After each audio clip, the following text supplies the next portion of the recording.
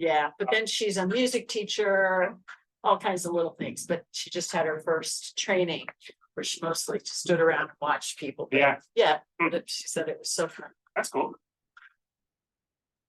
But she was running marathons just before she delivers babies. So, Impressive. but it's more her sanity. That's why she does those things. Yeah, got it. It preserves my sanity to not do those. But then her parents did marathons at 70 too. Wow. You know, they keep young. Interesting. His half brother. Oh, okay. Oh yeah, you told me about him. Did you watch any of the movies that Vinnie Corbridge did? One was called Fat, one was called Fat 2, one was called Beyond Impossible. Did you ever watch any of those? He's making a new one that should be out very soon, called Dirty Keto, and it's all about those keto shakes and stuff.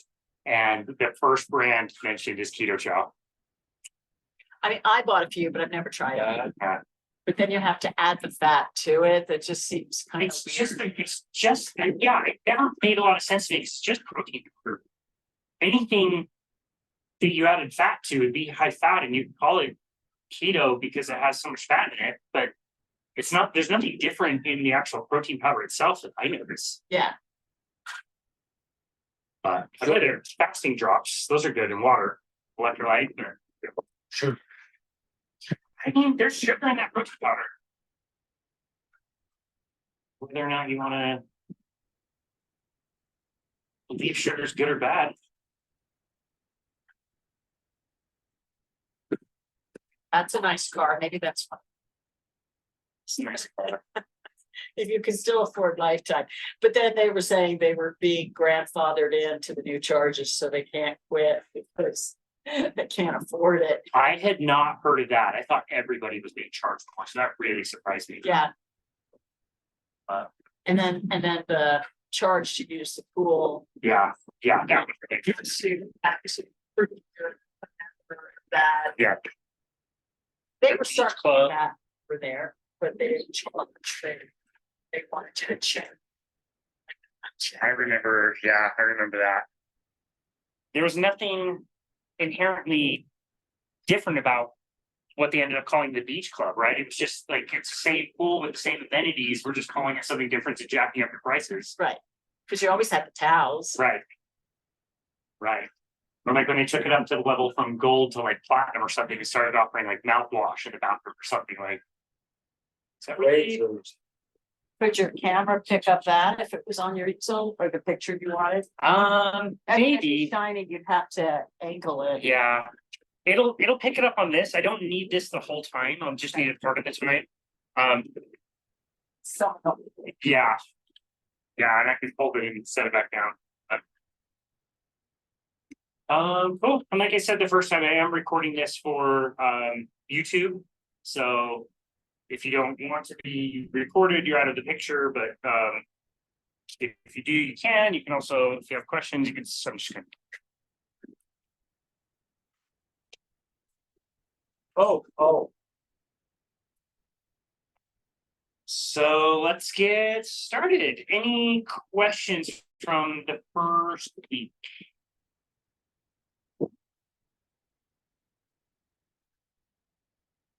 Now, I'm looking forward to further to know more details on how to handle whatever my individual thing is. Yeah, cool. Or motivation. Awesome. Yeah, great. So we in the first in our first week, we kind of talked about a little bit of my history and how we were able to help people lose fat a lot better. Through things that we were discovering. We went through all those stories as well, like the stories of all the people that had not only lost tons of weight, been able to keep it off, but also stories of people with all kinds of different health issues. So mental issues, depression, anxiety, digestive issues. My favorite case was Melissa, who was diagnosed, could have qualified for diagnosis of dementia at 70 and basically reversed from Alzheimer's. And kind of the point of that was to say, like, the direction that we're going as a country, as a society, is not great. But there is a way that we can be thinking about that can not only help us with most of us kind of think we want, and what we'll be talking about today, which is weight loss and also fat loss. But also the argument is if you're eating the right diet, it'll fix all kinds of different things. So not only helping somebody maintain good health before they get sick in that way, but also after they've already done some damage, how to repair that. And then, yeah, we've got on the backside of the paper, the part 5 that we went over last week was all the numbers about how diabetes is increasing, obesity, every pretty much chronic disease that we have is going up. Chronic diseases are diseases that build over a very long period of time.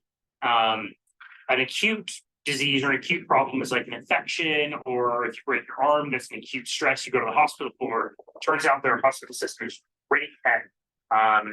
Acute issues, like if you get in a car crash, when you get in a car crash, it's probably a good idea to go to the hospital. It wouldn't be the best idea to think like, what's the optimal diet for my concussion and broken arm in this car crash? Yeah, probably not the best time to consider diet. You may want to go to the hospital. However, chronic diseases that build up over a long period of time, we're finding that the hospital system is not the best at managing and not really helping that many people. And the numbers are very much going the wrong way. We did that quiz last week as well to kind of point out some of the strange things that a lot of people don't consider in nutrition, or where we get our guidelines from and all that stuff. So yeah, that's kind of what we did last time. So that kind of sets the foundation for what we're going to be talking about today, which I named the Calorie Conundrum. What really happens when you eat less and you move more.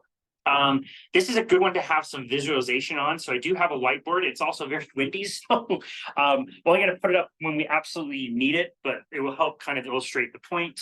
I think that we're going to try to make today.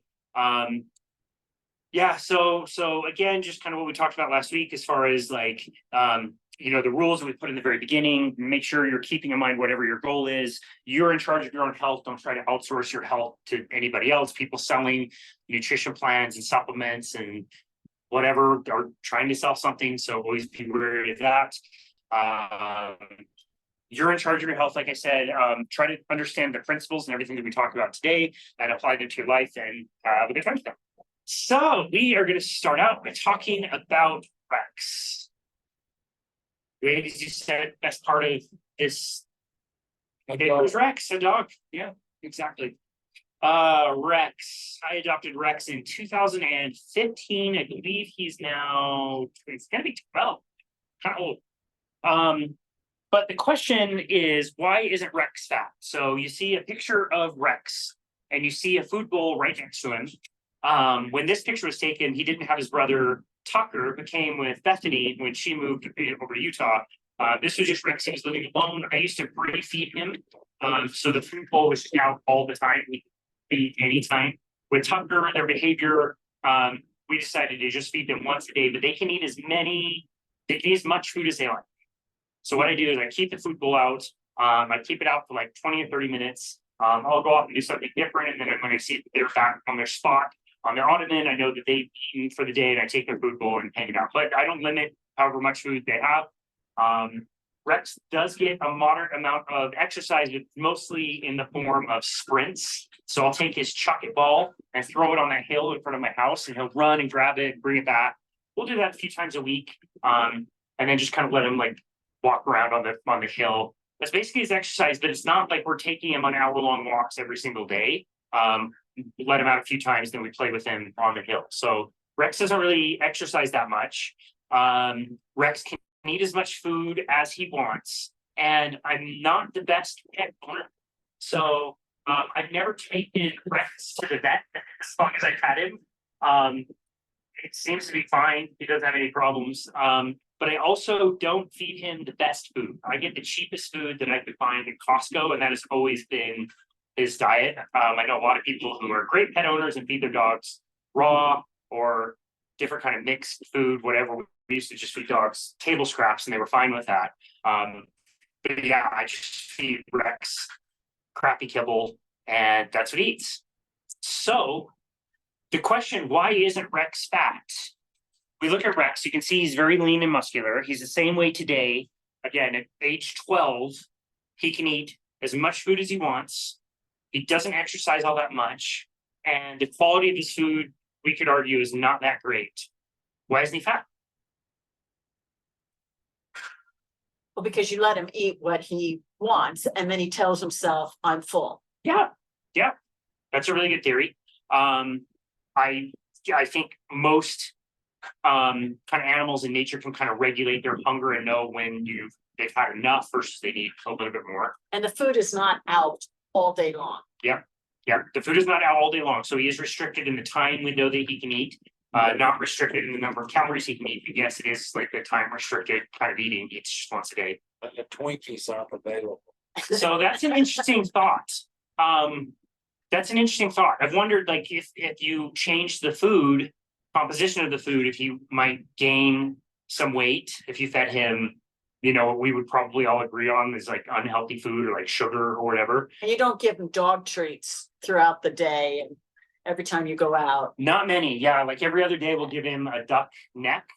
Apparently there's a lot of extra duck necks laying around and dogs eat them, and so they eat a frozen duck neck every like 2 or 3 days. But yeah, I will notice this sometimes, like if he's outside and running more, he might eat slightly more like the next day.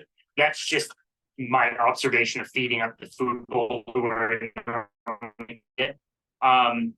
but I couldn't necessarily force him to eat more. Like if I decided like, hey, Rex is not fat, how do I make him fat? You think like, well, what if I were to add Twinkies to the diet? Would he then add on weight? And it's a good question. But what would be some of your theories about trying to make Rex fat? If we wanted to purposely go out and make him fat, what kinds of things might we do? Because our dog was always kind of fat because of the snacks. And yeah, we didn't take her for walks either that often. Mhm. But you would feed them a lot. Yeah. And not to exercise. Mm. Make them lazy and dependent on you. Yeah. So great point. Was your dog ever restricted in the amount of food that he could eat, or put on like a like we're gonna feed you less kind of a thing? We had trouble sticking with that Yeah. as she got fatter. Mm. It was, and we probably fed her twice a day. Okay. Interesting. I tried once, but when Got they it. have a sad face and Yeah. hungry, you Yes. just keep feeding them. Got it. With Rex, I noticed that he will spontaneously like kind of move, like burn more calories spontaneously. Like don't take him out to run for his ball. He might like he's just like kind of walks around and paces a little bit more than usual. He kind of finds a way to spontaneously burn a little bit more energy anyway. My argument, if we're looking at Rex and we're trying to think, how are we going to make this dog gain a bunch of weight? I can't force feed him again. I might be able to find a way to sneak some calories in there. But again, as you rightly said, the animal would probably know when they got the right amount of food and would maybe just stop eating. My idea for Rex would be, what if I, for a time, purposely reduce the amount of food that he could possibly eat? What if I served him half of what he normally eats? I did that for 4 months, 5 months, 6 months. Would I then create a very depleted animal who, if I return it back to eat as much food as possible, might consume a lot more than he used to, because where he was used to getting his normal amount of food, then went through a period of restriction, and now gets as much food as he wants again? I would argue that he would be like, I'm going to eat as much food as I possibly can because starvation sucks. They're going to take it away. And so one of the things I wonder about Rex is, since he's never been in an environment of having that food taken away, if he can just perfectly regulate his eating to match whatever is burning, essentially maintain a really good so that's kind of what we're going to talk about, is the caloric balance and the stories that we're told about calories. What you're going to see next is a picture that I just saw it. I was just at the store, I verified, on every vending machine. Coca-Cola on every vending machine says, balance what you eat, drink, and do. Why would a company that sells a sugary beverage want to put that on every vending machine?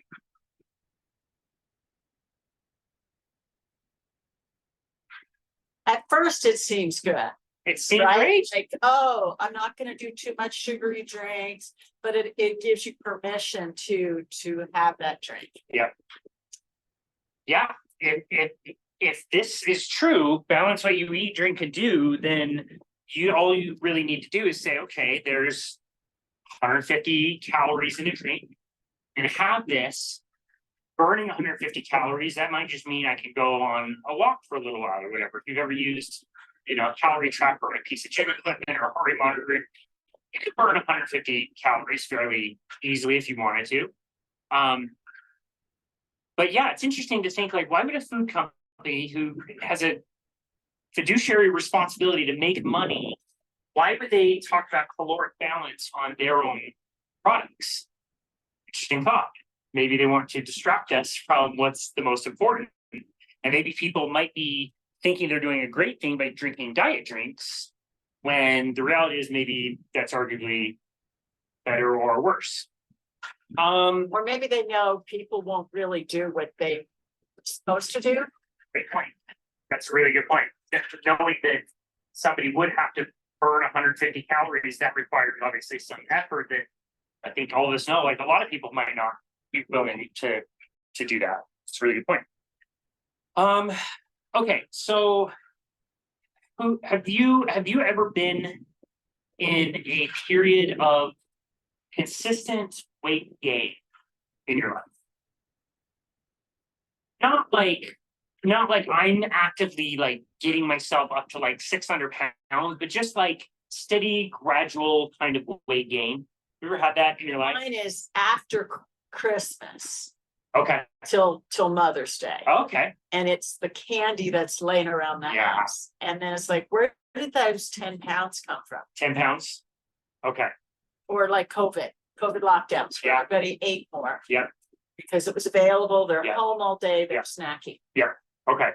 10 pounds. That's a good example. Do you think that's maybe like kind of an average of most people if they were to like steady, consistently gain weight? Again, I think so. if somebody's gonna like really send it and like really, really, really just eat terribly and get up to like 500 pounds, like 10 pounds is kind of doable.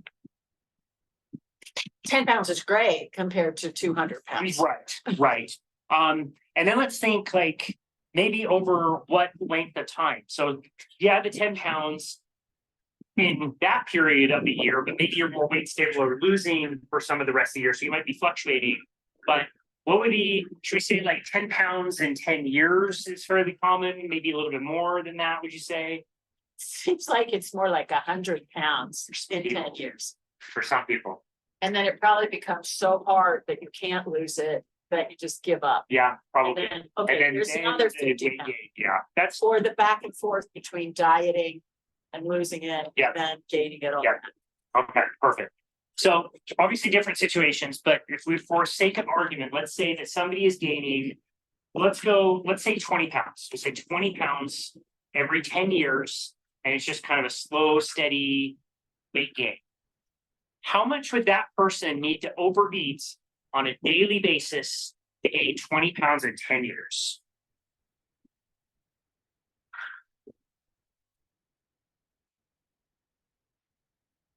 So that's cool because we can actually add this up. So,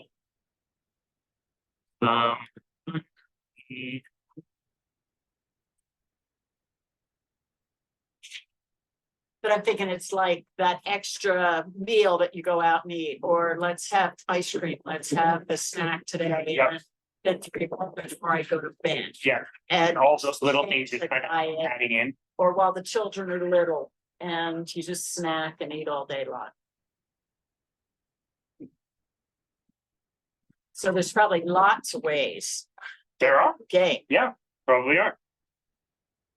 Okay, so I just wrote this down as just kind of a visual. So I'll just kind of hold this up so it doesn't blow away. So every gram of fat that you eat has 9 calories.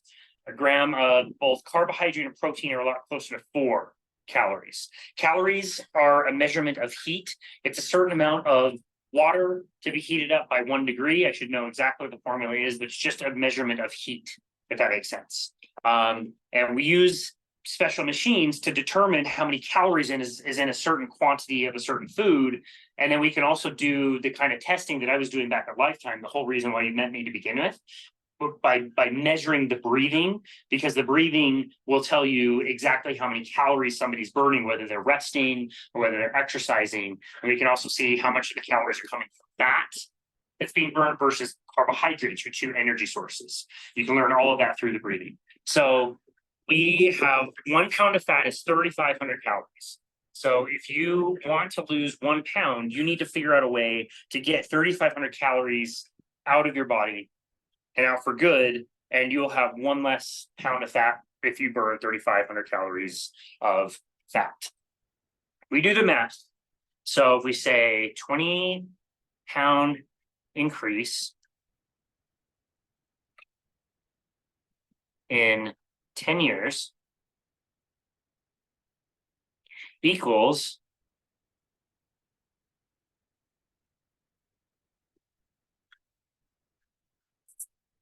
20-pound increase in 10 years is an increase of daily calories by 20 calories. 20 calories every day. We'll talk about the equation in a second, but every single day, if you ate 20 calories more in 10 years, every single day, in 10 years, you would have gained 20 pounds. It's like a mint. So Not even a bag of chips. I literally, I went to the store just specifically to check out the vending machines. I bought my easel at the store, which is way too small and not wind resistant, but I went around and started checking out, like, what are some calorie totals and things? How could you be able to do this? So I found out that 5 dill pickle chips, the good ones, the refrigerated ones, is 15 calories. So you could add 7 pickled chips in a day. I looked at a Ghirardelli. Did I say that right? Ghirardelli square chocolate had 100, I want to say 120, 1 square. So you could eat a 6th. So you're going to eat 4 of those at a. I don't know anybody who even eats just one. I could not. That package would be gone if I started. I know I'm a sugar addict. 20 calories was, let's see, an 8-ounce serving of, the Simply Lemonade drink was 150. So that would be, I was trying to add that up in my head. 20 calories might be like an ounce, less than an ounce of lemon juice. Candy bars are pathetic. I never check out candy bars, but they're really sad these days. A Kit Kat bar, I picked it up and it floated off into outer space. It was so light. I saw it was 1.5 ounces. In the package was 150 calories. So again, that's half of 1 kit or the cat. The right or the left side? The right or the left. I mean, it's really cool. The one that I did see was a serving of ketchup. So a serving of ketchup is 1 tablespoon. It's exactly 20 calories. So 1 serving of ketchup daily is enough for you in 10 years to gain 20 pounds. Sound a bit ridiculous? Because we're not going to have just 20 calories. We're going to do the ketchup with the mayonnaise to dip our French fries in. And then we're going to follow, soda. And then the candy or ice cream. I mean, I think 20 calories, you can get 20 calories from looking at ice cream, I'm pretty sure. You're right. And it's not the portions that people can really manage. How are you going to be able to determine right off the bat, how many calories are you even intaking? Everybody's used calorie trackers, but first of all, those are based on all kinds of different assumptions. How do you know what apple they measured when they measured how many calories an apple has? What's the size of it? I'm assuming you're not weighing all your food and You know, does this one have more sugar or less sugar? Did you eat 4 ounces or 6 ounces? That drastically changes things. Tracking food is really, really tough. It's very, very difficult. Again, hard to even verify how many calories is in something is actually in it or not. There's definitely a fudge factor. Some studies say that you can have 25% more calories than what the package even tells you. Again, quantities are very difficult. And also on the other end of things, measuring calories is not that easy. Like, again, I did that for my career, which hooking somebody up to do metabolic testing. We'd measure how many calories they would burn per minute, per hour, per day, at rest, whether they were exercising, at what intensity they were exercising. And during that test, we can tell you how many calories you burn. If I can't follow you around with that silly cart 24 hours a day, maybe you are more sedentary than you thought. Maybe you spontaneously burn more calories than you did on that particular day. Maybe your stress was a little higher. Like, there's so many other variables. We can always take good guesses, but at the end of the day, that's what is typically what it is. So when we're talking about this stuff, we are talking about the balance of calories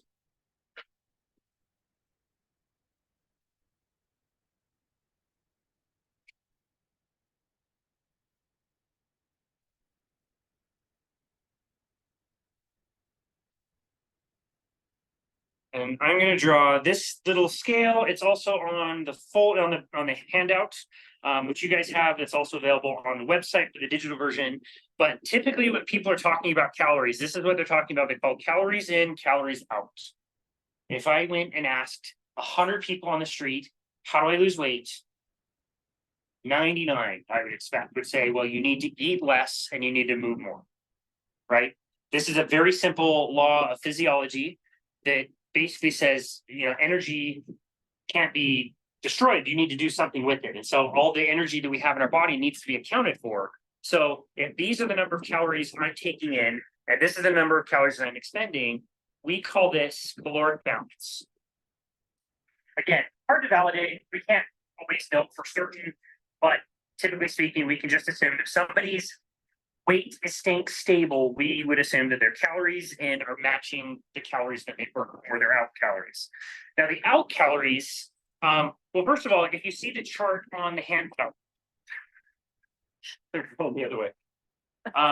If you see the chart on the handout, you're going to see on the in column, you see the human, and it says on the left for the in, this is your caloric intake, or what you eat. So the things going in are carbohydrates, proteins, and fats. So those are the 3 macronutrients. That's going to be next week's lesson. We'll get more into that next week. But then we see an arrow going out. Underneath it says total energy expenditure, or TEE is what that's called. And the things that you see there are RMR, physical activity, and what we call TEF, TEF, or thermal effective food. So let's talk about the first one. First one is called RMR.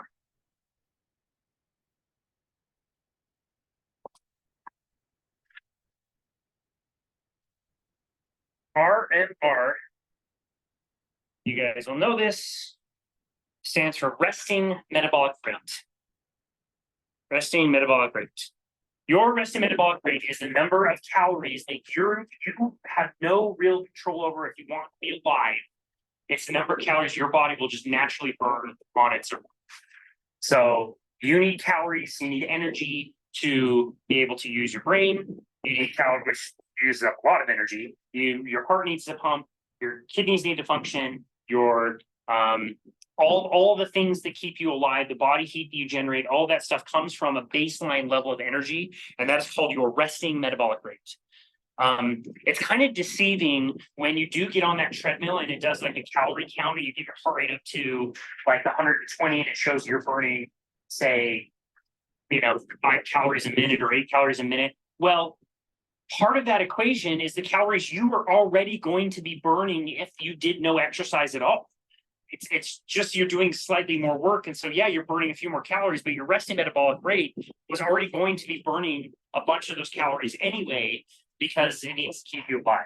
Now, and then your exercise tracker kind of gives a number, but it's just an estimated number. Exactly. Right? Yep, that's exactly right. And again, it's a little deceiving because yes, you burn more calories through exercise because your intensity is higher, but like your resting metabolic rate is still, depending on the person, 60, 70, maybe 80% of the calories that somebody burns in a day, depending on how active they are. This is the majority of calories that you burn for all of us. And so if you were burning 12 calories a minute during exercise, you were probably already going to burn, say, 8 calories just being alive. So that's what resting metabolic rate is. On top of resting metabolic rate, we have activity.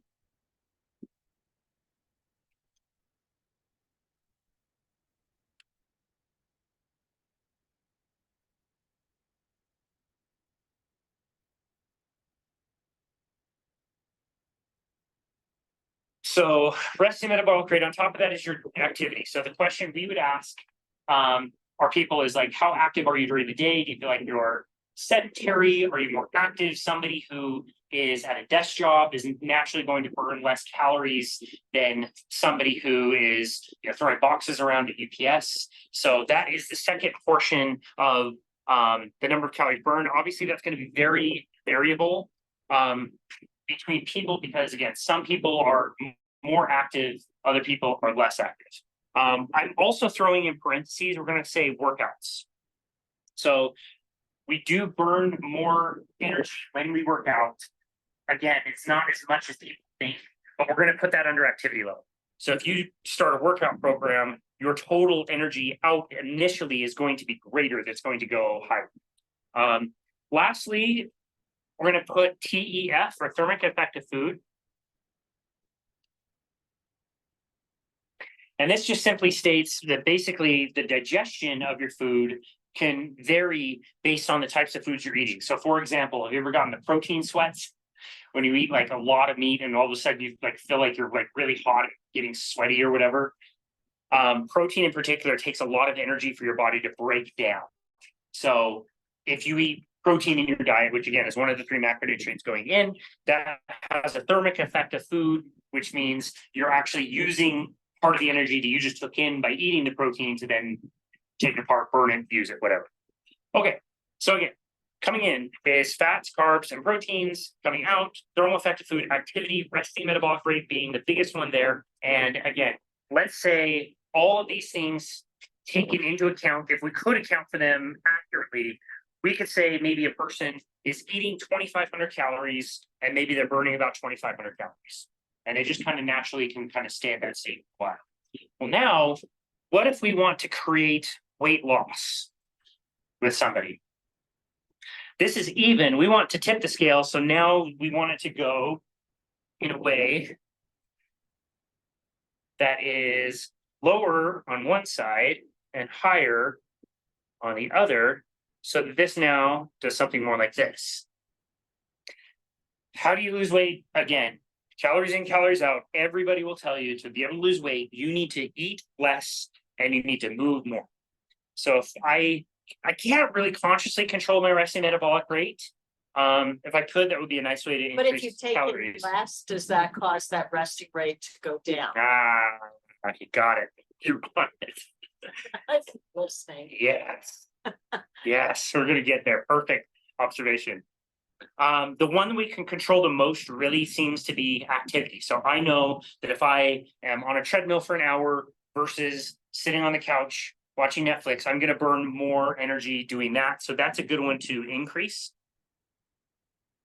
And then obviously with my food intake, I can just start to eat less. And again, if we know that a pound of fat is 3,500 calories, divide that by 7 days in a week, that's 500 calories less every single day, should lose you 1 pound a week for as many weeks as you want to be on that type of deficit. So if we start changing the equation, and now we have additional calories burned.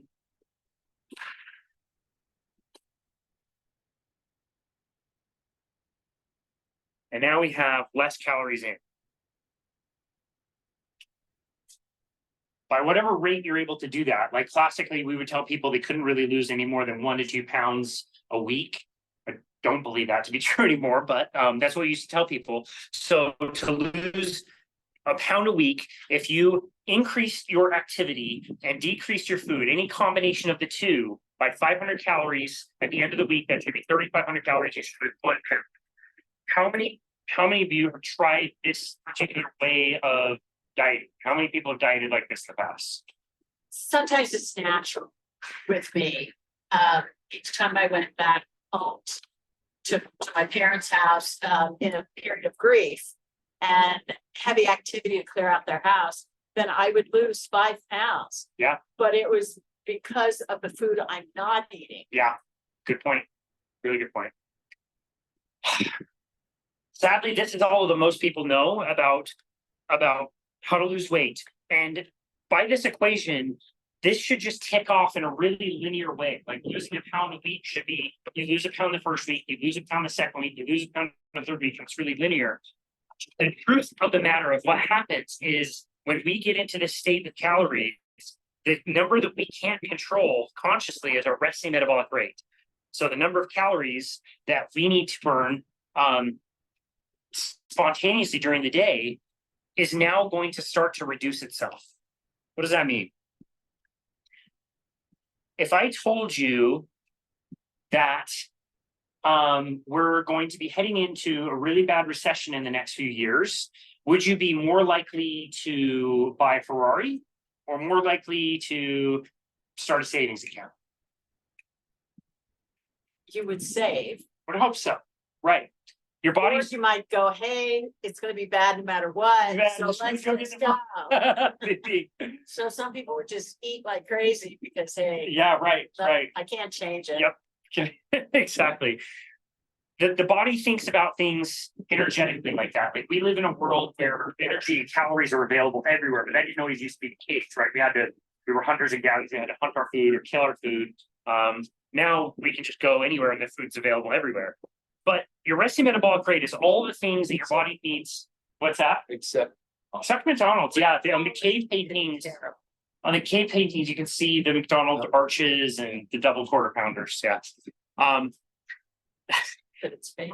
When you start dieting and you burn more calories and you eat less calories, the number that makes up your resting metabolic rate, the way your body looks at it is your body says, oh wow, we're not getting as much energy in. And this person's doing exercise. They're all like running around looking for food. One thing that we can control is the resting metabolic rate. We can reduce resting metabolic rate. So all the things your body can do to use up energy, maybe your body starts to look at that and say like, well, like we don't need to do all of these things. Like we need to be alive. My brain needs to think, my heart needs to beat, but we don't need to have great hair or strong nails. That can go away. We don't need muscle because muscle is metabolically active and burns more calories. So you might start breaking down muscle tissue to help reduce that number. Things like reproductive function might not be the best time to have a baby if your body senses that it's in some type of like famine state. Your body will change this number and the resting metabolic rate will go down. Does that also work on short-term basis too, like when you get sick? Yes. Then you lose a couple pounds. Yes. And I was just always told it's muscle because you're not moving, but maybe it's your body trying to preserve itself. Could be. Yeah. Yeah. Very much could be.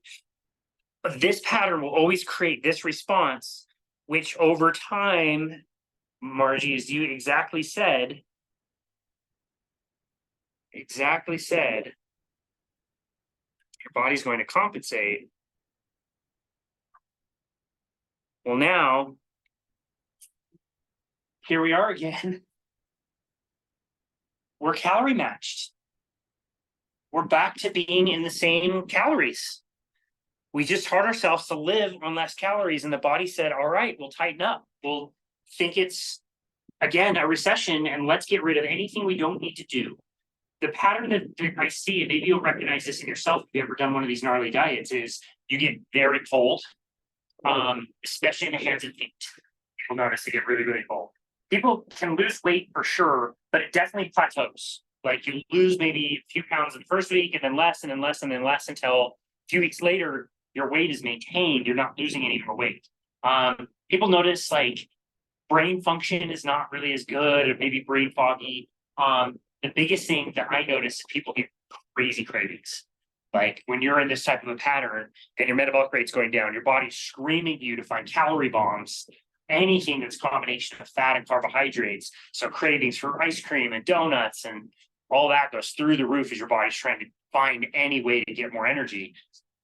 Now, the problem is that oftentimes maintaining this lower caloric like difference is very different and very difficult. And like we kind of alluded to, 20 calories a day will make our weight go up by 20 pounds in 10 years. So when you're eating a low amount of calories, anytime you go back or you have a cheat meal or those cravings like really kick up, now we have a bigger issue and we have weight gain because you're intaking way more than your body is burning. Going back to why isn't Rex fat and what we could do if we wanted to make him fat, this would be my argument as far as the best way to make an animal who's just spontaneously eating as many calories as he wants, how to make him fat. If I reduce his food, make him hungry, and then go back to feeding him as much as I did after a month and a half, my thought is he would eat tons of food. He would be at that point burning less energy, and I think you could make an animal really, really fat. You ever wonder why The Biggest Loser never had like a follow-up tour, or like where are they now? You guys remember the show The Biggest Loser? Did you guys ever watch it? You watched? Okay. Super inspiring. In fact, this weekend I hung out with somebody who was on the show. And she got kicked off really early, but then got all the resources that they get afterwards. Like she was meeting with a trainer virtually and a doctor. And yeah, the stories from the show are incredible. Like they were really like working out 6 hours a day, 1,200 calories a day. I did the metabolic kind of test that I was telling you about on a person who got kicked off. Immediately after she got kicked off, she lost like 60 or 80 pounds. But her resting metabolic rate should have been by her like demographic, somebody her age, height, weight, and gender should have been around 2,000 calories. And it was about 1,000 calories after doing The Biggest Loser. Famous study that was done in 2016 where they did that test on people who had done the Biggest Loser contest to find out like how much weight did you lose initially, how much weight did you regain, and what was that difference in that metabolic rate, which I said you can measure. That's the stuff I was measuring, and you'll see the graph on the back. This is showing the results as far as a cohort of people who are on The Biggest Loser. It shows their initial weight loss in a short period of time, and then their weight regain 6 years later. Of these contestants, you can see that in 6 years, there was only one contestant who lost the least amount of weight initially, which is really interesting. That person did continue to lose weight, not quite to 100 pounds, but was able to continue that plateau or that continuation of weight loss that they achieved on the contest. Everybody else that you see lost more weight, but then regained to differing rates. Some of them you can see very steep, other than not. One has a peak right in the middle, regained 80% of his lost weight, then had surgery to reduce the size of his stomach. Not ideal, I would say. But all these people suffered weight regain. Now, the problem that they saw also is not only, according to the study, not only did they regain all the weight, but when they measured their metabolism, all of them after that 6 years were still burning way less calories than they should have been based on what the measurement was when they started the contest. So not only did they regain the weight, but now their bodies were so accustomed to that weight loss mode that they were already burning less calories spontaneously on their own. It's a terrible situation. So the analogy that I'll give, I stole this from somebody, is what if I told you that next week that we do this, I'm going to have this thing catered. It's going to be awesome. I'm going to get the ribeyes that I got smoked in Austin. I'm going to pay them to come in here and feed you guys as much ribeye as you want. We'll have all the sides and the fixins and everything. I just want to treat you guys for showing up. What do you think most people would think to do if they were going into a banquet or something where they had all you can eat really, really delicious food? If you would want to be as hungry as possible, to eat as much as possible, Well, I try not to eat, you would try not to eat. but then we usually eat and then, oh, I don't have enough room Right, in my stomach to hold this. right. So then I live it. There you go. A lot of people would also say not only would they try to not eat before to be very hungry, but they would also maybe try to like burn off some extra calories. Maybe they get a slightly harder workout in that day to burn extra off to be more hungry. Or to prepare for the extra calories you're Or to gonna take. prepare. Yeah, exactly. So that is the problem. That is the entire issue that we have with most people when they are trying to get good weight loss advice.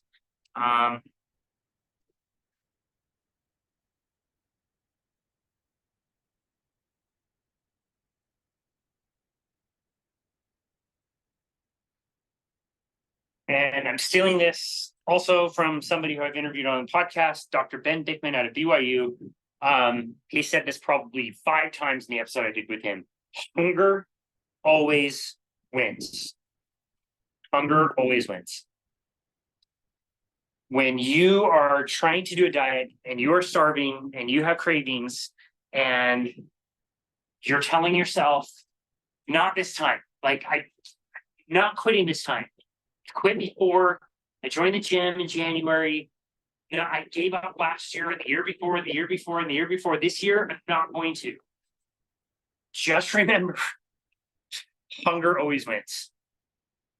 And the problem is, not only does it always win, but we turn around and blame people when they get really big and get obese, especially if the lean people will say, oh, well, that person is overweight because they're eating too much and they have really poor willpower. When actually, maybe that person has amazing willpower. They did all the diets, but they've reduced their metabolic rate. And now they have cravings that their body is not, it's impossible to overcome some of these cravings. Their body is screaming for energy and calories. Hunger always wins. So always remember that.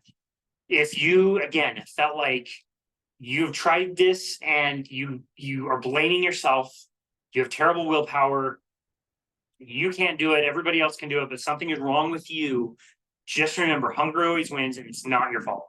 But doesn't the body also trick you to think you're hungry when you're not hungry? Yes, That's just a craving. that could definitely be cravings. That's something we're going to talk about a lot in this series as well. There's certain foods for some people that create a I call it an addiction. I call it food addiction or sugar addiction. One of the panels that I went to this week, there were in this conference that I just got back from, there's the main like keynote stage, and then there's the exhibition hall where all the vendors are, and then there's breakout rooms. And there's something going on in each of those all the time. So you can't go to every single thing. You have to kind of pick and choose which ones you go to. And so I saw that they were doing a food addiction breakout session in one of these rooms. And that looked like the most interesting to me. And I go up to this room, and sure enough, that place was packed of people. And this conference was not necessarily just people that are all into nutrition and health. It was probably half were I would say like morbidly obese. There are a lot of big people who are just getting this information for the first time. But the food addiction panel packed the room of so many people that like, I think this is a problem for me. So it's interesting, and I think it's a problem for more people than we want to believe. But yes, there is kind of a hit of hormones that make you crave certain things. Like, yeah, maybe you're not hungry, but boy, another bite of ice cream sounds really great. And it's never just a bite for the 20 calories, is it? It's always the whole thing. And then, yeah, exactly. So hunger wins. If you try to balance your weight by focusing on calories, you are going to crash your own metabolism and you're going to make yourself very hungry. That's the problem with all of this. So what if we had a different way that we could control for weight? And I just actually want to point out one other point. Well, all we've been talking about today is weight control. We haven't said anything about optimal health, maintaining strength, longevity. We haven't talked about reproduction. We haven't talked about heart health. We haven't talked about any of the disorders like bipolar and Alzheimer's, like we talked about last week. We're only talking weight control, to say nothing about all those other things that are happening. So what if there was a different way to be thinking about calories and how we use and store calories that changes the equation to work in our favor? And so that's kind of what I'm going to start to be proposing. I'm not saying that calories don't matter, because I think they do. I just think that there's a certain way that people consume calories that makes their hunger go up. But what if we go back to the scale?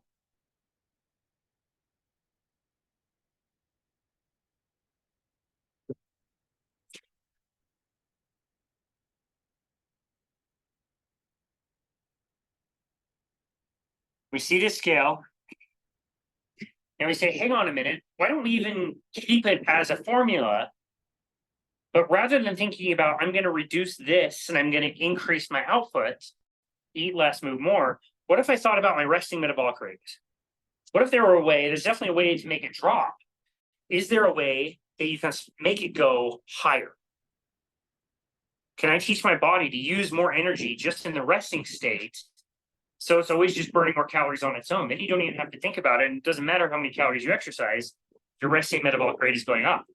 And then what if also there was a way that I was eating certain foods that for whatever reason just made me be really full. And so I wasn't thinking about reducing my calories. However, naturally, I just kind of, since I wasn't that hungry, I started eating less overall energy. And now we have that scale again, but now it's working in our favor, and it's coming in a way that we don't really have to think about. Our resting metabolic rate goes higher, and our ability to, or our desire to eat goes down because we're not hungry anymore, we're more satiated. Now we have what Gary Taubes calls in his book, The Case for Keto, which again, we don't need to worry about keto as a name right now, this is the holy grail. This is everything you would want in a diet, because you solve the hunger problem and you're burning more calories and can be in a deficit, just a different way than what we think about. And isn't this what happened to Wade when you first met him? Was that he was exercising like crazy, had lost a lot of weight, but then it just stopped. And they found out that his resting rate was so low during his sleep that he was kind of gaining during his sleep. Yeah. That's exactly what I recall. And it's amazing. I mean, what he was able to do is incredible. When we started, we were at 237, but he'd already come down from 295. Classic advice, if you want to lose weight, most doctors would tell you is again, calories in, calories out. So move more, eat less. It makes sense as a theory, because again, we showed how many calories are in fats and proteins. We tried to lower the fat, since there's more calories in a gram of fat than there is in protein and carbohydrates. You can lose weight like that, but generally it's gonna maintain. And then in most people, you're probably going to cause the weight regain on the back end. So the other way to be thinking about this, and there's lots of different theories around this, but is rather than thinking about calories in, calories out, what if we thought about this as a hormonal issue? Hormones in the body being things that signal your body to do different things. We know that there's a hormone in the body called insulin, whose main job is to store fat, to keep fat in fat cells, and not release it into the bloodstream for certain reasons. Hormones are neither good or bad. Without insulin, you would die. We hear all the time that cortisol is a stress hormone.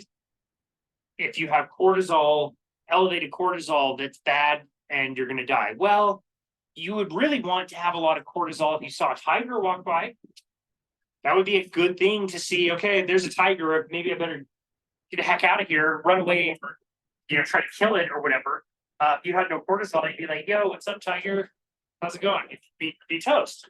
Yeah, exactly. So hormones are neither good or bad, but some can be out of balance, and some can go too far based on what we want. So if insulin is the primary hormone that governs weight gain or the prevention of weight loss, how can we find ways to keep that more on the lower side and less on the higher side and try to trigger that hormone less? If we can do that, and then we can eat the foods again that are very satiating, that increase your resting metabolic rate, which what I've seen from doing all that testing for all these years, fats and proteins. It's the whole reason I got into what I was doing. When people consume fats and proteins primarily, I would notice when I test their metabolic rate that they would be burning way more calories, and that they would be burning more of those calories from fat itself. So that's the way I believe we need to kind of approach nutrition now. Again, I don't necessarily want you to be thinking about quote unquote keto the diet. It's just this book, The Case for Keto, as I know, Wade, you have this book, it makes some very interesting points. And one of the points that it makes is a few pictures of different meals. And there's so 3 meals in a day. One is a dinner that is made from home. One is fast food, the different burgers and fries and things like that. And one is a breakfast. So cereal with banana, toast with margarine, and skim milk versus like eggs and bacon. So from these pictures, again, I'll read out exactly what each one of these are. So the first one, 2 versions of a dinner, just over 600 calories. So these meals are balanced for calories. Fattening meal on the top would be a roasted chicken breast, broccoli, and potatoes. On the bottom, non-fattening weight loss meal would be 2 chicken thighs, extra broccoli with no potato, and a little bit of butter. Same number of calories. Which one do you think you would be more hungry the soonest on? Yeah, I would.